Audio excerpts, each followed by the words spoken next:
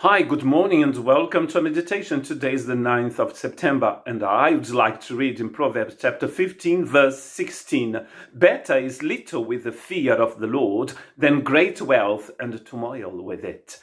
The fear of the Lord, and I would like to talk today about godliness. This way of living that it's according to God, and it is also the result of the fear of the Lord in our lives.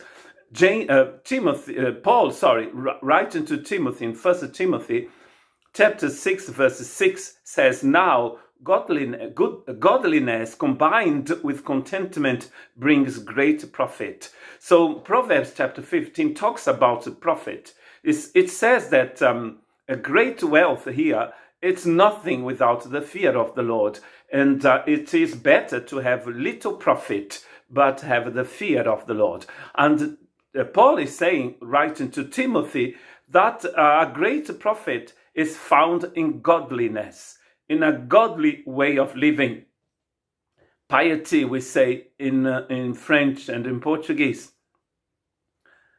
To live that sort of life is a result of of the fear of the Lord in our lives. It's interesting because James is going to say in chapter 2, verse 17, also faith, if it does not have works, is dead being in itself. Faith without works is dead. Some people think that there is a contradiction between what James is writing here and what Paul wrote in Ephesians chapter 2. Because in Ephesians chapter 2, Paul said that we are saved not by works, but by grace alone. And it is by faith that we are saved, not by works. But James is saying that faith without works is nothing. When you read this text out of its context, you think that James is saying something completely the opposite of what Paul said. Or maybe even James wrote before Paul. But what Paul was saying is a completely different thing. What Paul was saying is that you cannot be saved by your own salvation. It's a work of divine work.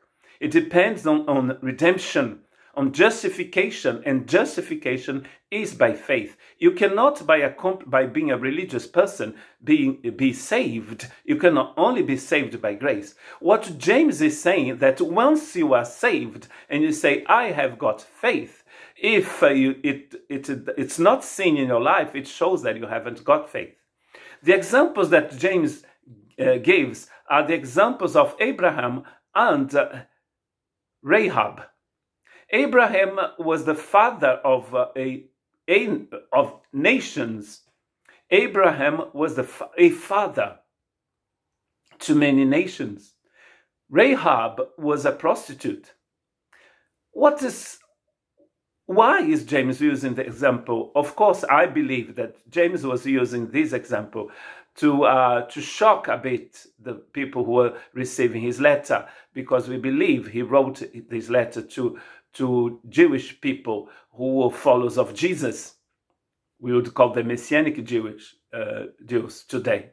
So he is telling those people that people are not saved because of their background. Rahab was a prostitute and she was saved the same way as Abraham. God told Abraham, leave your country and then go to another place that I'm going to show you. And then a few decades later, he said, offer me your son. So how do we know Abraham believed in God? Because he left, because he offered his son. That's what James is talking about. How do we know Rahab had faith?